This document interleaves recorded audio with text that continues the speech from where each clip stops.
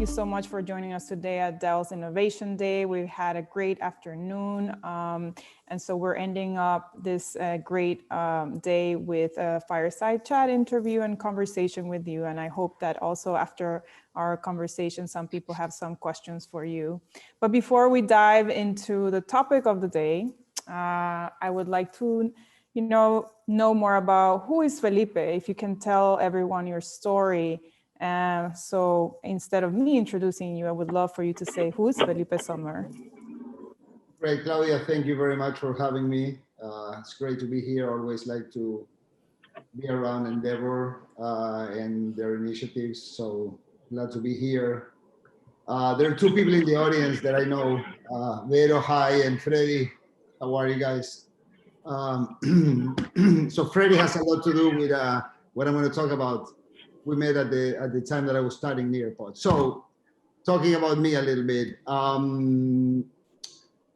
Let's see, I'm from Argentina originally. I studied econ back there, moved to the US around 24 years ago to go to grad school in UC Berkeley. Spent a lot of time working in management consulting, did over 10 years at Accenture, and then moved from California, from San Francisco to Miami to start my entrepreneurship journey. Studied a couple of companies, one in the marketing space, in the real estate space as well. And around 10 years ago, 11 years ago, I came up with the idea of Nearpod, not the company that we have today, but that was my next question. Yes. Now let's talk about Nearpod. A few things about me. I like to travel a lot. I've been in more than 60 countries. I really enjoy traveling. So this year has been really, really down for me. I'm a family guy. I have 3 boys, married, and really like to spend time with the family. I have a passion for entrepreneurship and for a lot of things. I'm a fairly passionate guy. When I get into something, I put a lot. And I want to think of myself as somebody with common sense. Like, I have points of view, but if you explain something to me with good arguments, I mean, I don't have an issue changing my point of view, and I try to be fair to me and to others when I do anything. So that's, I mean, should I continue? Or yes. You ask me no, something? That was perfect. So now let's talk about Nearpod. So when you first had your initial vision about Nearpod, what was the problem you and your co-founders identified in the market that you were trying to solve? So I always had an idea of doing something in education. Actually, I drove cross country with my wife and the kids from San Francisco to Miami back in 2004. And I was telling my wife how I had this idea of going back to school, do a PhD or something. I knew that I wanted to do something in education. And as a result of my previous business, I came up with a technology, a piece of technology that was able to synchronize devices. It was very cool. And then I realized that education was one of the industries that had not been disrupted, that was still boring. I remember that I had a slide in my deck that I showed in black and white, all the students really boring, and then the same slide in color. So time went by and kids continued to be bored at school, not a lot of engagement. And then, I mean, textbook adoptions for 7 years. So we said, look, there's a problem here.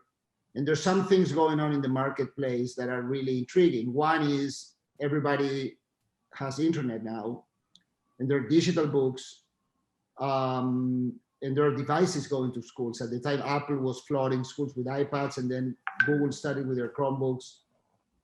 So I said, wow, what we have could be really, really interesting to disrupt the classroom and really be a game changer for education. Some of that, the aspects of changing the game were, I mean, more than anything, the 100% participation. Like, we've all been to school and only 1 or 2 kids raise their hands, especially in elementary school, and only one answers a question from the teacher. Nearpod allowed teachers to generate not only a different type of engagement, but also like almost full participation. And that coupled with the fact that we did something that worked on every device and for all subjects, it was something that I found super meaningful, and we decided to give it a shot, and we repurposed the technology that we had, which was called Nearpod, for education. And that's how we started. And with piloting this in schools, I remember that I used to go back to, the three of us, the three founders, had different initiatives in mind. One was Nearpod, and I was in charge of actually showing Nearpod and developing the idea of Nearpod. And we had like a digital book platform and some other ideas. And I came back to them and said, guys, acá hay algo. There's something here, because teachers were like, wow. I mean, I showed them something that they could use with any device, and that could not be just using apps that they could find in the App Store and not control, but just using a tool that could allow them to teach their content in mobile devices in a very engaging way.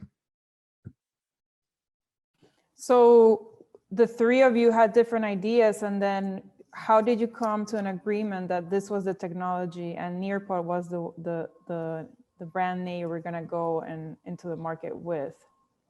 Because we really had amazing reception from teachers, and the problem was the most interesting one, right? Just basically disrupting the way that we do the go-to-market.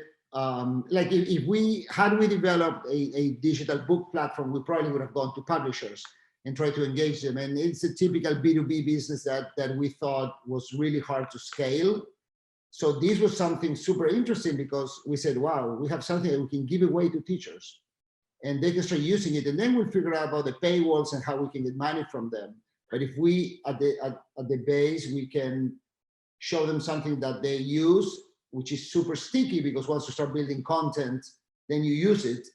That's the way basically the market showed us very quickly that there was product market fit, that this was something that could be used. Look, when you have something that is really useful and there's no catch-22, and you're not just, oh, because you signed the contract, now you have to, this was all like super transparent, and it worked. So when we realized that, we said, look, we need to suspend all of the other initiatives and really focus on this one. So that's what we did back in 2012.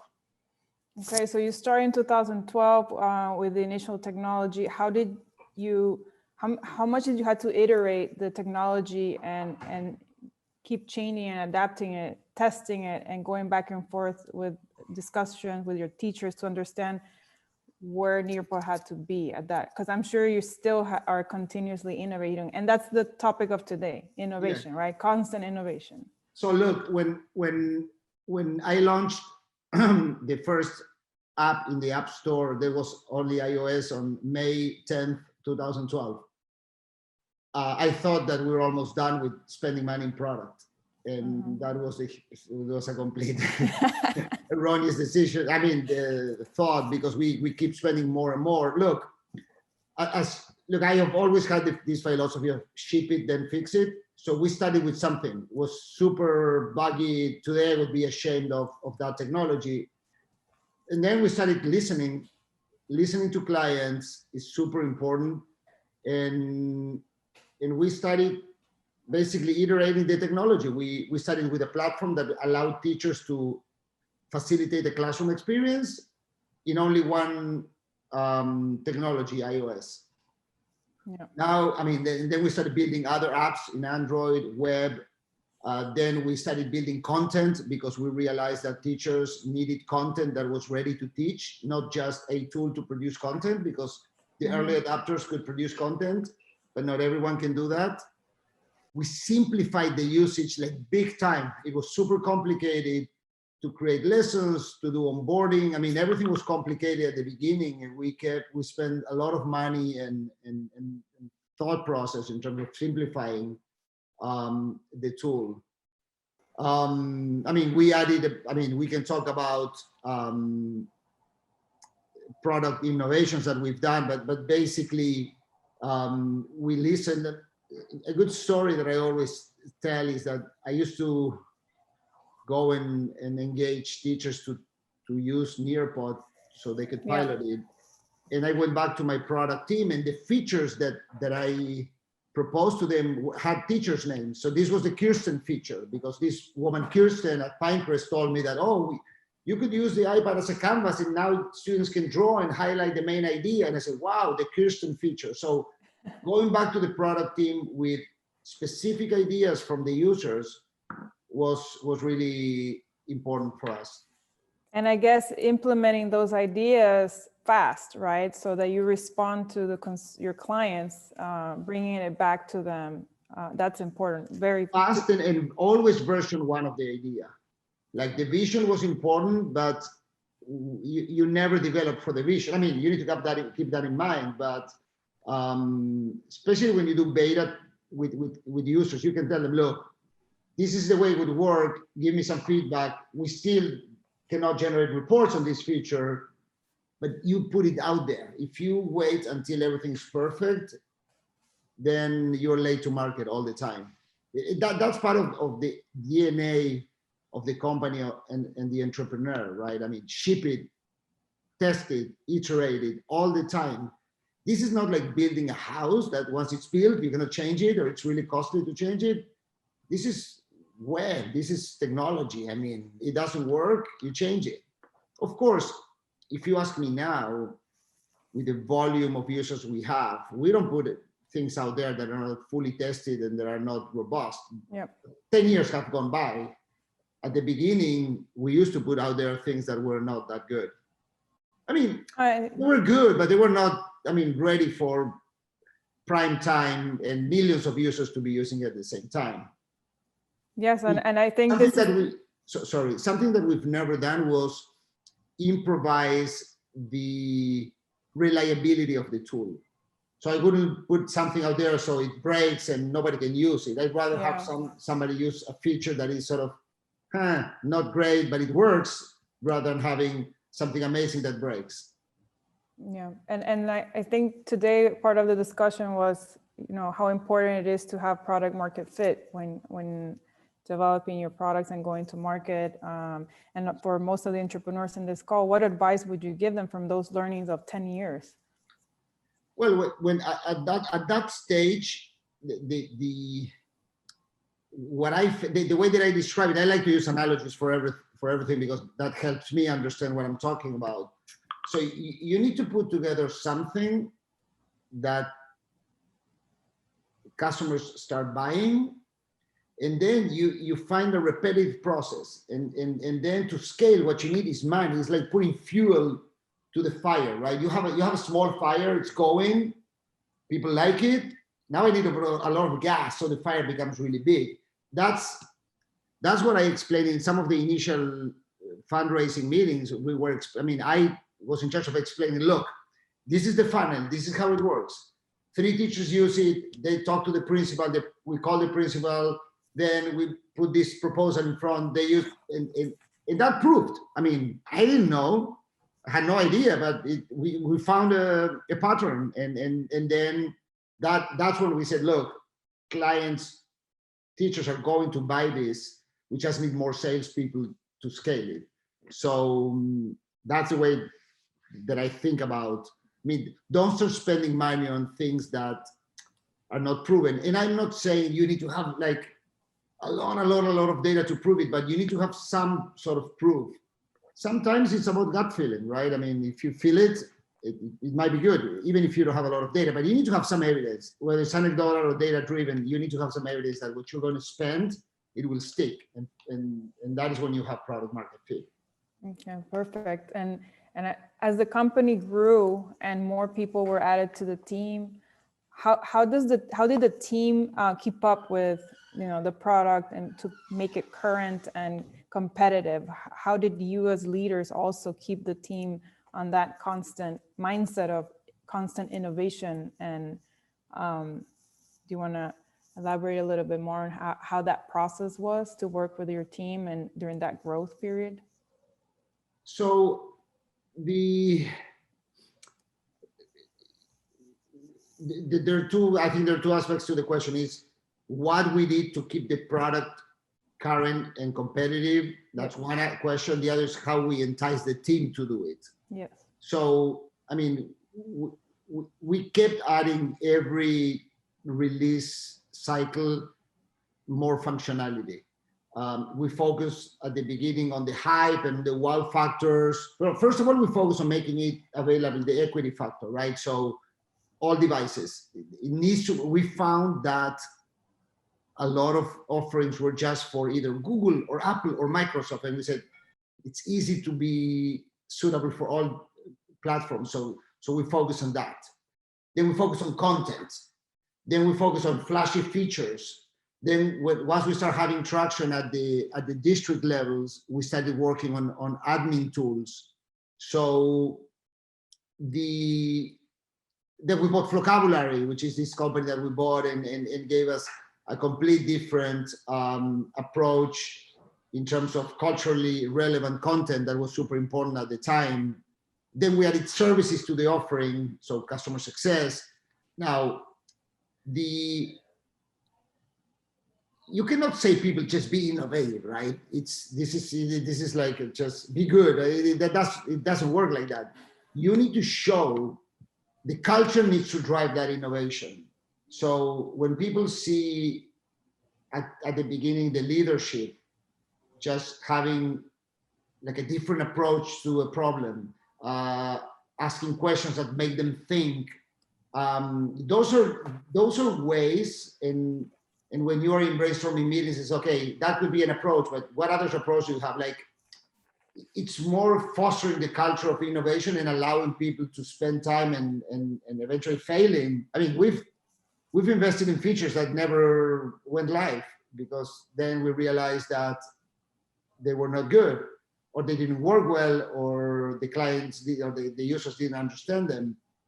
But you don't penalize people for that. Even, I mean, the contrary, you basically, I think it's a cultural aspect where you sort of, you show yourself as somebody who's thinking outside the box and who's, but again, it's not always about the weird approach to something. That could be pragmatic, right? It's the right thing to do given all the information you have.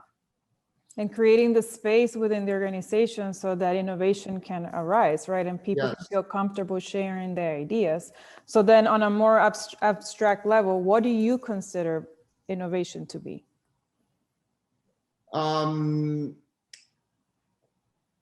It's basically to solve a problem with a different approach. Like I was talking to a colleague that I'm working this week. This was this week.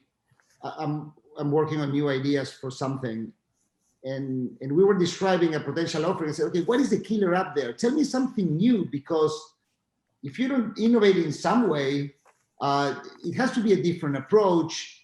I don't know. Sometimes is the technology. Sometimes is the funding, right? How you fund these things. Sometimes is how you pay these people, right? Like there has to be some sort of something new for that use case. Yep. It doesn't mean that you need to come up with TNT every time that you do something, right? I mean, but sometimes adding, I don't know, like Uber, like I am a fan of the crowdsourcing and the gig economy, right? I mean, that's an amazing innovation. All those things existed before, right? So the innovation there is, okay, who's delivering the service? What is this marketing company doing in the middle? So it's having an approach that is different for a problem. I think that is, for me, it's a good way to define innovation. Yeah. And can you share your experience through this year, 2020? It's been so challenging for everyone. What was that innovation process for Nearpod? And I mean, when the pandemic hit, because you have an incredible technology for schools, and most of all now doing remote, right? So learning, how was that process? So I know innovation is really important, but and maybe this goes against the philosophy of today in your session, but for me, execution is key. Execution kills everything else in my mind. This year, we didn't have to be that innovative, to be honest. because everything was like the wind tail that we had this year was amazing. Like everybody wants to use Nearpod now, right? So it was about execution, and it was about being nimble and being able to onboard people quickly. And we made a few tweaks at the beginning, and we changed sort of the speech around remote learning. Before, we were sort of the kings of enabling a classroom with devices, but now the devices went home. Yeah. So for us, it was sort of seamless, right? So we hit that point hard. We made some, I don't know, like that's one detail, right? We had, in Nearpod, you have two ways of using the technology in a synchronized way where I not control, but I push content to every device and then I get feedback. And then there's another way, which is student pace, where the students use it at their own pace. So these are sort of standalone experiences. That student pace was only part of it was behind the paywall. So you had to pay to be able to use that. When we saw the pandemic, I would say, whoa, we need to remove that from the paywall. We need to make it available. So that was a simple decision, right? I mean, it's simple, but it's great because that gave us so much usage. So, I mean, I think that paying attention and understanding what's going on and talking to people, I think that helped us a lot this year. And again, as I said before, execution is really, really important. Yeah, and being ready for that demand, right? Because at the end, you were able to adapt really fast to the demand. The technology was there, but you also took really quick decisions on how to distribute the technology to schools, not only in the United States, but overseas, right? Yes, and we in a way we were, one second, please.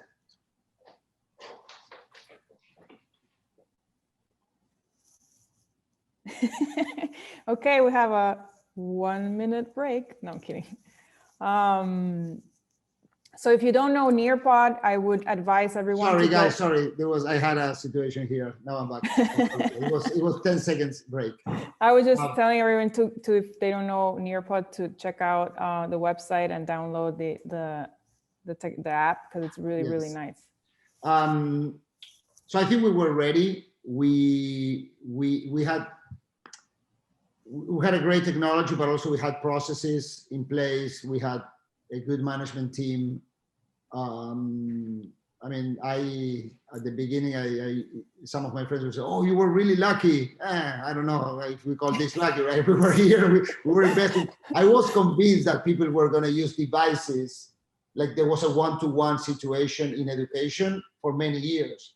I didn't know we're going to sort of fast forward so quickly because of the pandemic, but this was something that I thought was coming. Actually, every year, the question at the strategic level was, how do we cross the chasm for those teachers that don't adapt technology? Our first competition before was, oh, I don't use technology.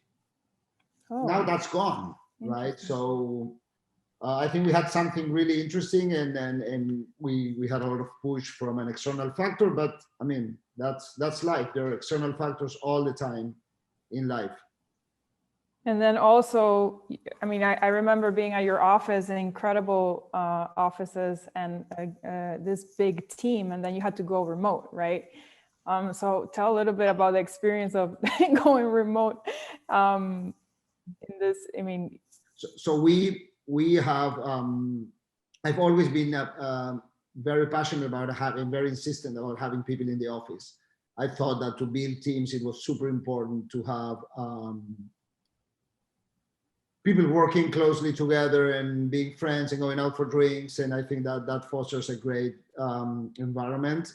And when after we raised a big round of funding, we decided to invest in this amazing 20,000 square feet office in Dania Beach, in an amazing building. Unfortunately, it was good for 9 months, and that's gone. No, we still have the office, but nobody goes there. Look, I was gladly surprised to see how people work even better remotely. For those that already were part of the company. For the new ones, it's hard. The onboarding is much harder. But for us, it worked really, really, really well. I think that at the beginning, something that I talked to a lot to a lot of people in the company. And that's sort of my style, right? Like just chatting with people about how they feel and what they're doing and what they think. And a lot of people were afraid because so many people in their circles were losing their jobs. And they felt blessed that we were in a space that our demand was growing. So people worked really, really hard, even harder than before. Actually, I think that we gained productivity by going remote, seriously. And again, I can't tell you I planned for that, but it happened. And sometimes, I mean, things happen and then of course we did things to make their lives even better, right? So we changed so we started doing weekly town halls. So people could just see each other often and listen from the leadership often. And that made them feel good. Yeah, so I was going to tell you, and for all the entrepreneurs, how do you maintain that culture, that strong culture in a remote setting? So that's one of the examples, doing the town halls. What are the things the leadership team did to be able to connect with the team? Well, I mean, this weekly meeting, for everybody to participate,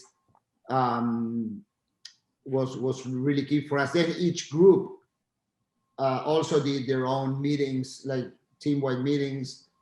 We proposed, I don't know, we accommodated everyone at their home with the stuff that they needed, whether it was chairs or, I mean, computers they had, monitors, and other stuff so they could feel comfortable. I mean, in our case, we're a mission-driven company.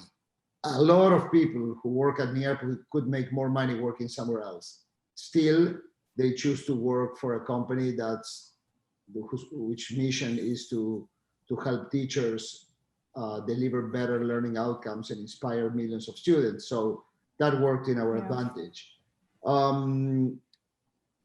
There were things that we've done even before the pandemic, just allowing people to gather in groups to discuss things. I don't know, we have a huge diversity, equity, and inclusion initiative at Nearpod. And that committee is like, I don't know, it was at some point 25, 30 people that are looking for ways to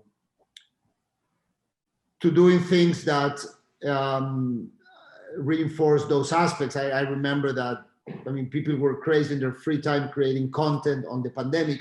I'm talking March, April, right? I mean, these were not company initiatives, but people were doing that. And then, of course, we took advantage of that and we pushed that content that they created to everyone. I mean, you need to be close to people. That's the only. That's the only way to continue to motivate them, I think. No, I agree with you. And going back to innovation, do you think a company can that doesn't have an innovative product yet, or is in the process, or doesn't give importance to innovation, do you think they can scale? And if so, how do you see that happening? Well, I mean, innovation could be around many areas, right? But for a company to even exist before they can scale, they need to have something, right?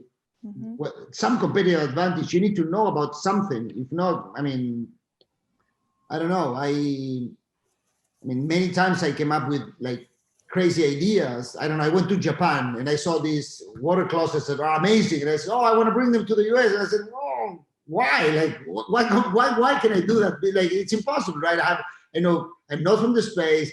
I don't know about logistics. I don't know about import export. Like, why would I do that, right?" So you need to have something that anchors you in having a business.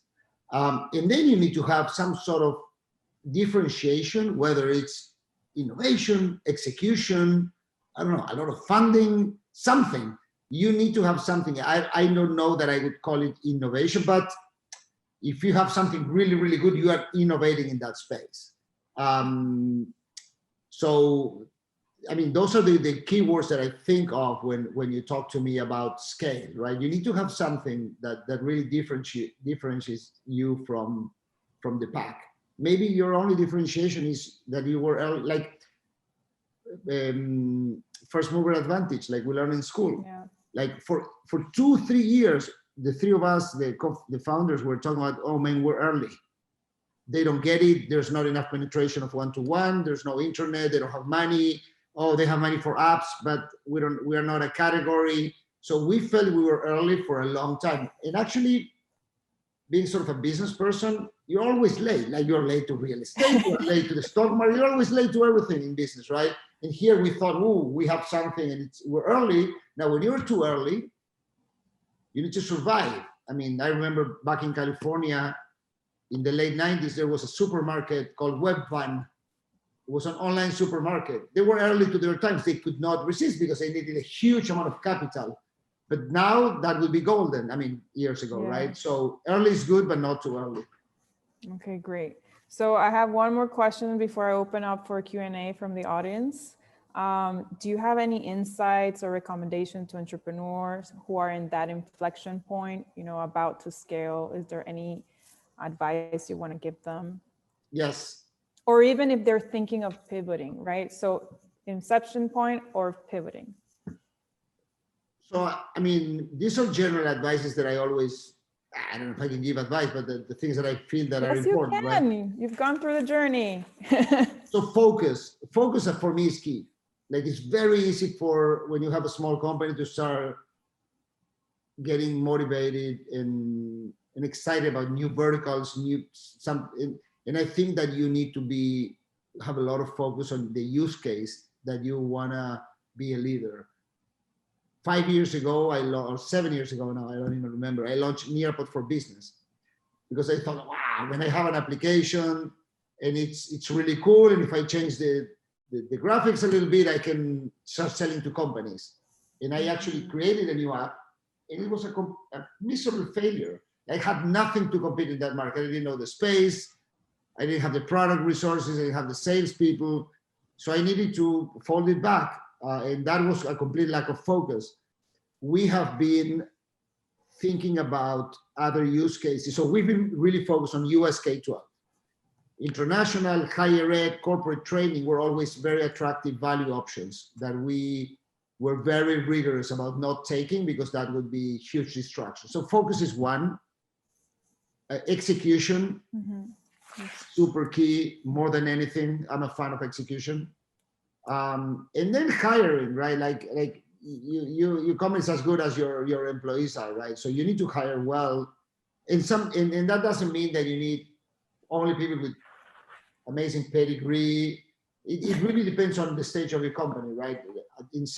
So we started hiring educators like 2 or 3 years after we started, right? At the beginning, no, I mean, we were not from the industry. We had no people from the education industry. I don't know the numbers now, but if I look now, most people are from either a publisher or from the school system. I would say that 90% of the hires that we do today have relevant education experience, and that was completely the opposite at the beginning. So the hiring good people, I think it's the most important thing. No, I completely agree. And also I'm sure having the passion to be a part of such a great mission, right? That's so important because at the end, the culture is built when a team, they all believe what they're all doing, right? You're all building together something. So that's really great. So I would like to open up for questions from the audience. If you have any questions for Felipe, please just take off your mic or put on your mic, sorry, or type the question on the chat. Don't be shy. Ready? I could talk if you want. I'll ask him a simple question about funding. When did you secure funding, and was it post, pre, or as soon as you found the market fit? So at the beginning, we had an interesting fundraising experience. At the beginning, everybody we talked to was very negative about Nearpod. That was pre-product market fit, I would say. And we were not able to raise any money. We started the company in Florida. Then we decided to reallocate Guido to California. And we started talking to impact funds. We raised a seed round that gave us the energy and the funds to product to prove product market fit. And then from there it was, I wouldn't say easy, but we had good experience. I mean, after that, we raised a big Series A, and then we raised a Series B with a private equity fund. And since then, we haven't raised, I mean, the last acquisition we've done was through debt. So we haven't raised money. Look, I would say that to raise a Series A, you need to be able to say what I mentioned before about the fuel. Like, you need to have something that you can say, look, if I invest, and sometimes this happens with digital marketing, right? You prove that, okay, if you invest money in Facebook, you can have this return. And when you can prove that and you do it several times, then you can, if you had a lot of money, you could put it there because you can actually create a big fire. So I think that going to a VC with something that you can show how, if with more money, you can replicate something that is working today. So I have one salesperson. If you give me money, I will have 10 of them. Of course, not with the same productivity day one, but they will, even how salespeople gain productivity over time is something that you need to be able to prove. So then the whole model needs to work out. And at that point, then, I mean, there's a lot of capital out there looking for good entrepreneurs and good ideas. So when people cannot raise money, I tend to think that it's more on the company than on the funds, right? The money exists out there, but sometimes it's hard when you don't have what you need. Okay. Or how are you pitching, right? Because at the end, you might have a good product, but it's just not pitching it properly. Mm-hmm. Yes, but I think that if you, sometimes when you, look, when you have something that is good and it works, even if you panic in the pitch and you do a really bad job, they will call you back if you have something solid. It's not about the performance. We're not actors, right? Like maybe I'm in a bad day and I got nervous because, so that doesn't really matter if you have something solid that they can see. Now, if they don't like you because you get nervous and they don't think the product is good, then you have nothing and then you're not going to raise money. No, I agree with you. So we have one question from the audience, from Gabriel.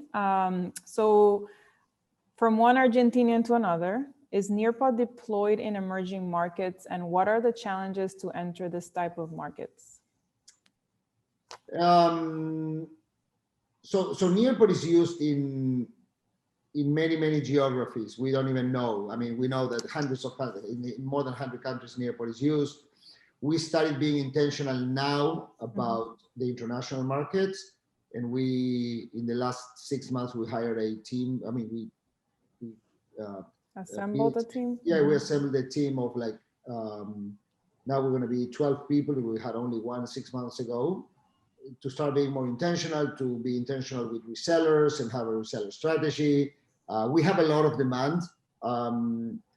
Still, we haven't built content in any other language other than English. The big issue with emerging markets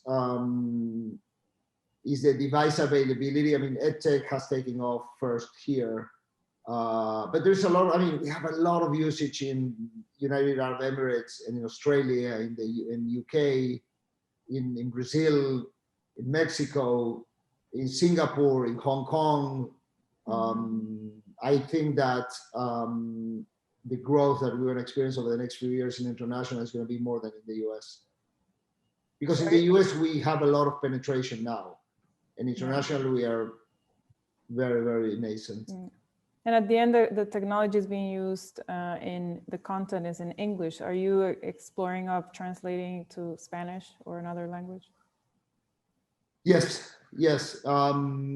Sometimes it's more localization more than translation. Okay. Because when you talk to public schools, like for English schools or international schools, I think we have a good amount of content that can be used, and actually they use that content. For public schools in, I don't know, Mexico, which is a big market, you need to basically create that curriculum. It's not about translating what we have here. Yep. That's a huge endeavor. Not this endeavor, endeavor. But we're exploring it, and there's some new initiatives that I think will deliver great value. Yeah. Okay, great. I think we could take a couple of more questions and we can end the day a little early. Anybody else? Yes, I have a question.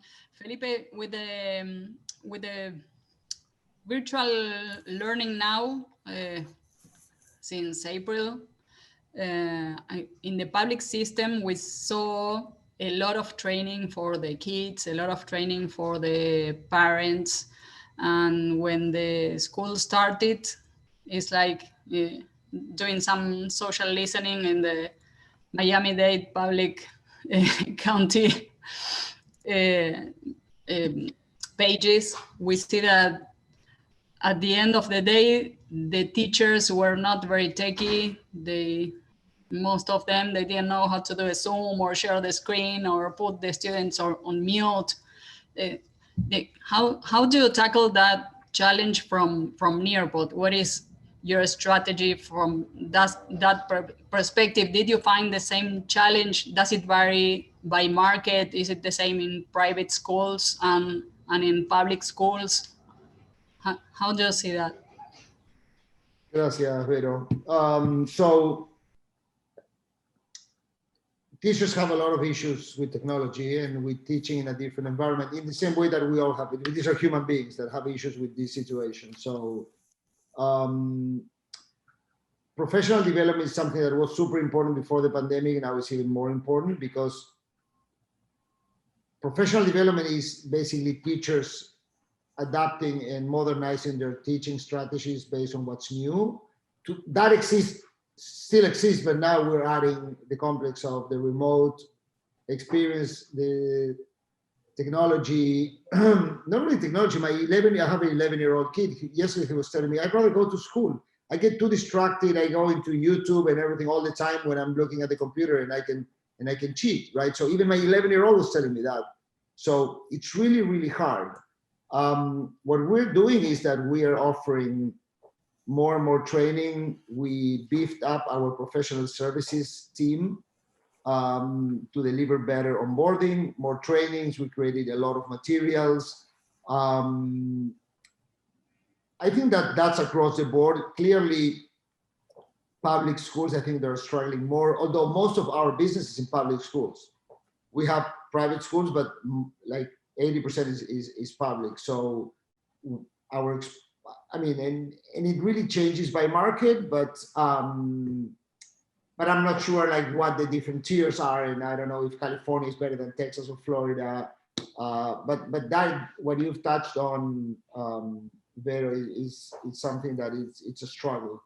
It's and it will take time. It will take time for teachers to adapt to the new reality.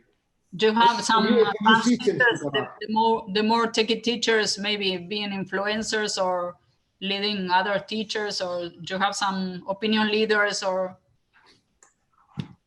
among Look, even before the pandemic, I implemented in some schools what I call the Nearpod Geek Squad. So basically, I train kids to do tech support to teachers, right? So yes, that's great. Like teachers that are more tech savvy. Disruptive. Yeah, teachers that are more tech savvy, I think that they help other teachers. But that's at the center of this problem, right? How teachers can adapt and have dynamics. Because think about the fact that you've been teaching for 15 years and now you have your routine and your techniques of what jokes to make and how to engage kids and what you do when somebody's looking the other side. Now everything changed, right? So you need to come up with your new techniques and just get experience in a new environment. So I think it will take time, but it is an issue, yes. Yeah, it makes sense. So to me, I want to be mindful of everybody's time since we started early. If we do have any other questions, one more. I have one question. That's great. Okay. Yep. How are you? Thank you so much for taking the time to talk to us. So my question is kind of aligned with Freddie's question before. So a lot of of entrepreneurs, and this is a lot of what we see with Endeavor, a lot of entrepreneurs by standard believe that they have to raise money, right? That for whatever company they're building, they have to raise money. So, and I personally believe that that's not necessarily the case. And I believe, I understand you believe the same thing, and correct me if I'm wrong. So what would be your suggestion for entrepreneurs who believe that they need to raise money, or which are the cases in which you believe that the entrepreneur does not necessarily? Well, how are you, Juan Pablo? Good. I think that raising money is not a religion, right? It's not that, I mean, you need to do it. Like, first of all, you need to come up with a need and then say, oh, that need is through money. If you, for whatever reason, create a product and you can start selling it and you can finance yourself with client money, don't raise any money. I mean, you need to have a reason why, right? I mean, if you're in the growth business, so when I created this technology and I needed to start putting bodies to solving the different functional challenges, there was no other way of raising money because I needed to hire, 20 salespeople, and they were not going to pay paid their own salaries. So, and still you need to finance that. So I would say that you don't start by raising money and then you see what do you use the money for, but you start by saying, okay, what do I need to scale the business? I mean, if I could actually create something and invest a little bit of my money and then bootstrap it with revenue, that's ideal. And then once you're at a certain level, then you can go and raise money at a different position. The problem is that when you have nothing and you go and you raise money and you think you need a lot of money, you lose a lot of your equity. Yeah. And that could be a problem. But again, it really depends on, like, I don't have the same opinion that I had 10 years ago.